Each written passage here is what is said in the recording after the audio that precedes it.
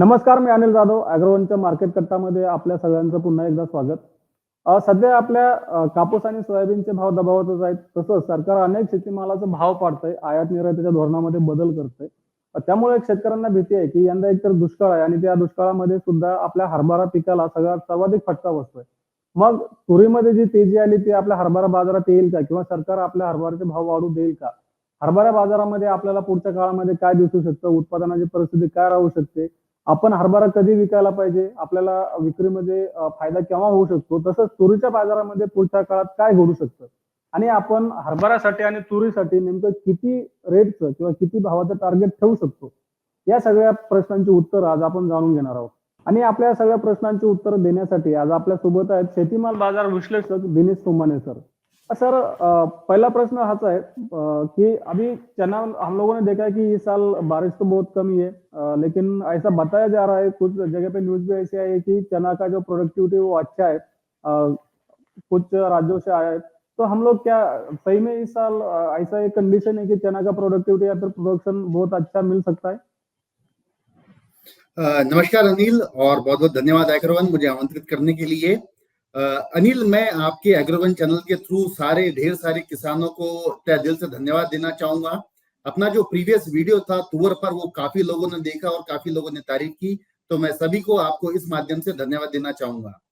अब बात करते चने की। पिछले बार हमने तुअर पे एक विशेष किया था वीडियो, उस पर हमने इन डिटेल इन डेप्थ हमने एनालिसिस किया था। अभी रिसेंटली मैंने कुछ काफी लोगों से, किसानों से बातचीत की और मैंने चने पर एक थोड़ा सा मैंने अपना एनालिसिस बनाया है कि ये जो पिछले बार का जो बरसात का सीजन था, वहां पर रेन जो थी आईएमडी के हिसाब से 6% डेफिशिएट थी। रेन डेफिशिएट होने के कारण से जमीन में नमी बहुत कम रही और मॉइस्चर लेवल काफी कम रहा। इसीलिए चने की सोइंग कम से कम मेरे हिसाब से तो 6 लाख हेक्टेयर में कम हुई है। बट जानकार बताते हैं कि शायद सोइंग बहुत ज्यादा कम हुई है। हम गवर्नमेंट के फिगर से जाते हैं, 6 लाख हेक्टेयर कम है, करीब 6 से 7% सोइंग कम थी। उसके बाद मॉइस्चर लेवल कम होने के कारण इसमें यील्ड लॉसेस बहुत ज्यादा हुई है। नॉर्मली ठंड के मौसम में कहीं ना कहीं हमारे यहाँ रेगुलरली बरसात होती है, जो मॉइस्चर लेवल को और ऐड करती है, जो इस साल बहुत कम देखी गई है। तो यह भी एक रीजन रहा जो यील्ड लॉसेस में और ऐड ऑन किया उसने। कुछ जगह जो बरसातें हुई वो एक गलत समय में हुई, और जो हीट वेव्स है मुझे लगता है ये फरवरी से ही अभी स्टार्ट हो गई है। पूरा चना अभी तक कटकर आया नहीं है, तो प्रोडक्शन में हम ये नहीं कहेंगे कि प्रोडक्शन बहुत ज्यादा आएगा। ऑलरेडी सोइंग कम है, यील्ड लॉसेस है, और मुझे लगता है आने वाली जो फसल है ये निश्चित तौर से काफी काफी कमजोर रहने की पूरी प्रबल संभावनाएं हैं। जी सर, मतलब आप अभी आपका कहना है कि ये साल चने का प्रोडक्शन वो कम रह सकता है, लेकिन अभी हम लोगों ने देखा कि गवर्नमेंट दूसरी तरफ पुरजोर से एक प्रयास कर रहे हैं कि चना का भाव कैसे कंट्रोल में रहे या फिर कम रहे। अगर हम लोग उदाहरण देने जाए तो जो कि भारत दाल है, नाफेड का सेलिंग है, ये दोनों है, इसके इसके जरिए तो गवर्नमेंट अभी प्रेशर बना रही है। तो आगे चल के हम लोग को क्या देखना पड़ेगा कि गवर्नमेंट का प्रेशर ऐसा ही रहेगा या फिर मार्केट बढ़ सकता है? जी बिल्कुल अनिल, गवर्नमेंट का हमेशा ही उद्देश्य रहा कि जो अंतिम उपभोक्ता है उसको कम से कम रेट मिले, इन्फ्लेशन हमेशा कंट्रोल में रहे, महंगाई दर कंट्रोल में रहे।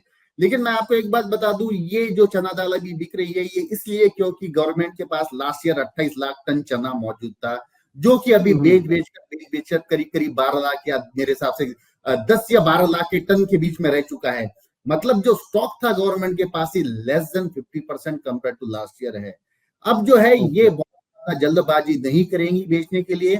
और जो जानकार मुझे सूत्रों के नाम से मिली है, मुझे जो इन्होंने मिला है कि 2023 का चना इन्होंने ऑलरेडी सेलिंग के लिए रोक दिया है। जो काफी पुराना चना इनके पास था वही अभी सेलिंग कर रहे हैं, और उस टेंडर के रेट भी काफी ज्यादा ऊंचे बिक रहे हैं। तो मुझे नहीं लगता ये गवर्नमेंट का प्रेशर बहुत समय तक के एक्ट करेगा, और कहीं ना कहीं जो है इस प्राइजेस में जो करंट मौजूदा स्तर के जो प्राइजेस है इसमें एक अच्छा उछाला हमें देखने मिलेगा। अभी सर, आपने शुरुआत में बोला कि प्रोडक्टिविटी लॉस बहुत सारी जगह पे आपको दिखाई दिया, मतलब आपके पास जानकारी पहुंची। तो आप इस रूप से बता सकते हैं कि मतलब अभी अगर हम लोग देखें तो एमपी, महाराष्ट्र, राजस्थान, कर्नाटका, ये मेजर स्टेट है कि जहाँ पे चने की सोइंग अच्छी होती है। तो इन सभी स्टेट में यही कंडीशन है? अगर आप देखो तो एमपी में थोड़ी सी कंडीशन ठीक है। महाराष्ट्र यील्ड लॉसेस बहुत ज्यादा है, कर्नाटक यील्ड लॉसेस बहुत ज्यादा है। महाराष्ट्र में तो कुछ समय मैंने कुछ जगह ऐसे भी सुना कि करीब करीब 25 से 30% के यील्ड लॉसेस उसमें आपको देखने मिलेंगे। और फसल का अनुमान जो भी ये लोग लगा रहे हैं कम से कम 20 से 22% बहुत ही कंजर्वेटिव वे में मैं आपको बता रहा हूँ कि इतनी फसल निश्चित तौर से कम होने की संभावना है। कैरी फॉरवर्ड भी बहुत ज्यादा नहीं है, तो मुझे यही लगता है बिल्कुल जो है कंडीशन जो है आगे चल के हैंड टू माउथ रहने की संभावना ज्यादा है।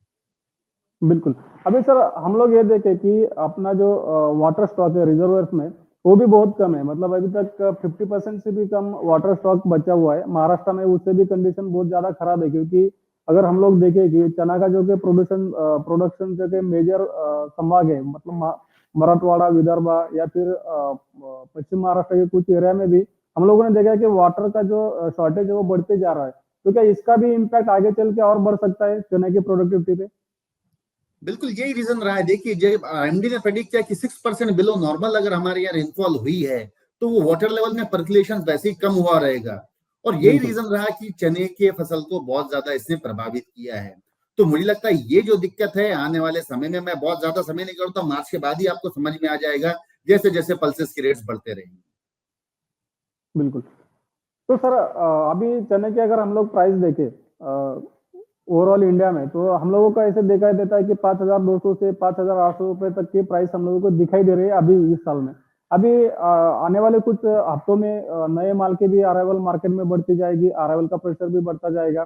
तो इस टाइम पे, क्योंकि फार्मर्स बहुत ज्यादा फार्मर्स इसी समय पे माल बेचते हैं, तो जब अराइवल का प्रेशर मार्केट में रहेगा या फिर नया माल आना चालू हो जाएगा, तो क्या यही प्राइस हम लोगों को मार्केट में देखने मिल सकता है या फिर इसमें कुछ बदलाव हो सकता है? जी बिल्कुल अनिल, मैं एक बात बता दूं आपको, आप जो रेट्स बता रहे हो, एक रेंज बता रहे हो 5200-5600 की रेंज, ये मंडी का रेट हुआ है।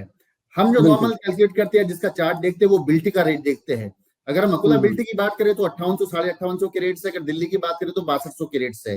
तो उस बिल्कुल। रेट को अगर मद्देनजर चलते हुए अगर हम देखते हैं, तो मुझे लगता है दिल्ली चना जो है 6000 का एक बेस बना के रखेगा यहाँ पर।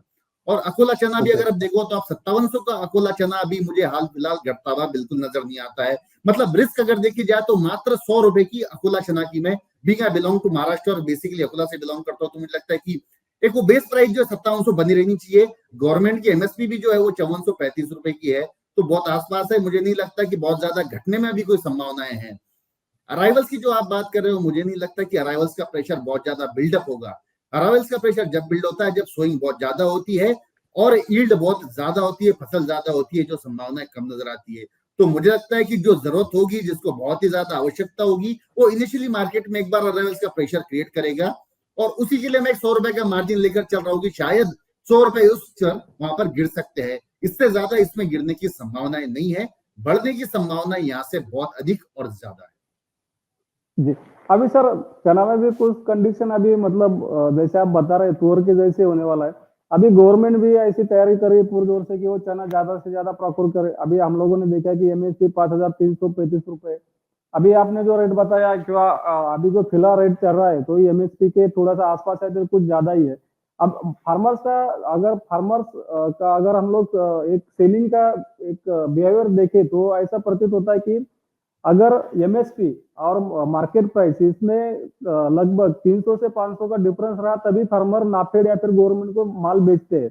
ये चने के ही नहीं या तूर पे नहीं, हर एक माल में यही होता है। तो अगर हम लोग अभी इस साल का एक अभी जो की कंडीशन है वो देखें, तो ऐसा लगता है कि फार्मर तूर के जैसा ही गवर्नमेंट को तो बेचेंगे नहीं चना, तो गवर्नमेंट का प्रोक्योरमेंट क्या तूर के जैसे मार्केट रेट पे आ सकती है?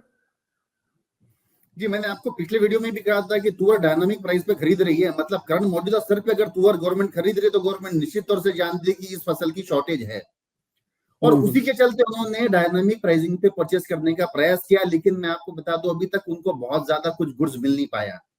वो जब भी जी। अपनी एक फेयर प्राइस लगते हैं, उससे मार्केट 200 रुपए ऊपर बढ़ जाता है। और गवर्नमेंट में और प्राइवेट प्लेयर्स में जब तक के 800 से 1000 रुपए का डिफरेंस नहीं होता है, मुझे नहीं लगता है कि गवर्नमेंट को कोई माल दिलाएगा। अभी चेन्नई में हम्म। सिमिलर काइंड ऑफ सिचुएशन बनने की पूरी संभावना है। मुझे लगता है कि चेन्नई में भी गवर्नमेंट एक डायनामिक प्राइसिंग पर खरीद करने के लिए जरूर आएगी, लेकिन बाजार उससे पहले ही एक बड़ी छलांग लेने का प्रयास करने का पूरा प्रयत्न करेगा।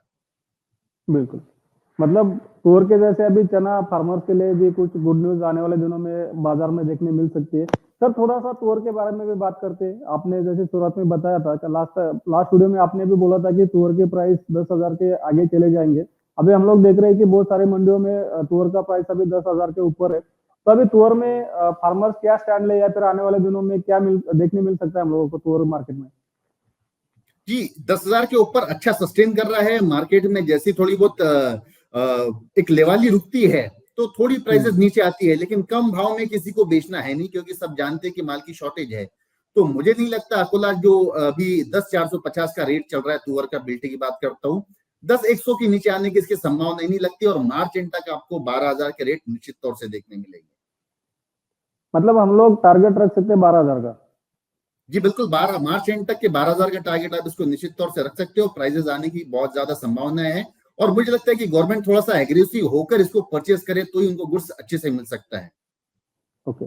और सर कुछ फार्मर ऐसे भी रह सकते हैं, या फिर ऐसा समझ ले कि मुझे मार्च के बाद बेचना है या फिर तेजी मंदी में जाना है, तो क्या आगे मार्च के बाद में क्या हो सकता है तुअर में? मार्च में हम दोबारा एक वीडियो करेंगे अनिल। अभी करना बहुत थोड़ी सी जल्दबाजी होगी कि गवर्नमेंट को कितना माल मिलता है कितना नहीं मिलता है, बट 12,000 भी एक अच्छा प्राइस है। मुझे लगता है कि 9,000 से हम तेजी में थे, 12,000 मतलब ऑलमोस्ट 30-40% मूव आ चुका है। मैं चने का आउटलुक आपको बताना भूल गया, उसमें चने के मैंने लोअर लेवल से बताए। चना मुझे लगता है कि अगर 5700 5750 के रेंज में अकोला चना के आता है, तो वहां से ऊपर में कम से कम 6800 से 7,000 की रेंज हमें 2.5 से 3 महीने के बीच में देखने मिल सकती है। चने में एक एग्रेसिव बाइंग आने की पूरी संभावना लगती है। जो स्टॉक जो पाइपलाइन खाली हो चुकी है, वहां पर अगर कोई स्टॉकिस्ट या जो भी गवर्नमेंट इसको लेने का प्रयास करती है, तो इसकी भी स्पीड मुझे लगता है कि 20% की रैली बहुत ही तुरंत हमें देखने मिल सकती है। जी सर। सर अभी ये सब मार्केट के व्यूज में आप फार्मर्स को, विशेषतः चना फार्मर्स को क्या अपील करना चाहेंगे? जी फार्मर्स को आप अगर देखो 1 साल या 2 साल की मैं दायरा करता हूँ, तो सोयाबीन निरंतर निरंतर गिरते जा रही है। जो भी वो गुड्स प्रोड्यूस कर रहे हैं, उनको एक फेयर उनका उसका रिनोवेशन भी नहीं मिल पा रहा है। आप कपास के भी रेट देख लो तो 7,000 के नीचे अगर ट्रेड कर रहे हैं, तो उसकी अगर चुनाई मैं देखता हूँ तो 12 से 15 रुपए की चुनाई होती है कपास की। तो किसान को ये बहुत ज्यादा फायदेमंद साबित नहीं हो रहा है। मुझे लगता है जो भी हमारे यहाँ इंपोर्ट की चीजें आ रही है वो थोड़ी सी महंगी हो, लोकल पे प्राइसेस ज्यादा अच्छी रहे, किसानों को उसका फायदा मिले। उपभोक्ताओं के लिए तो हमेशा ही हम सोचते हैं, लेकिन इंडस्ट्री और किसानों के हित के लिए भी सोचे तो मुझे लगता है वो ज्यादा फायदेमंद साबित हो सकता है हमारे किसानों के लिए, जो कि एक मेजर कंट्रीब्यूशन एक्ट करता है हमारे देश की अर्थव्यवस्था में। जी सर।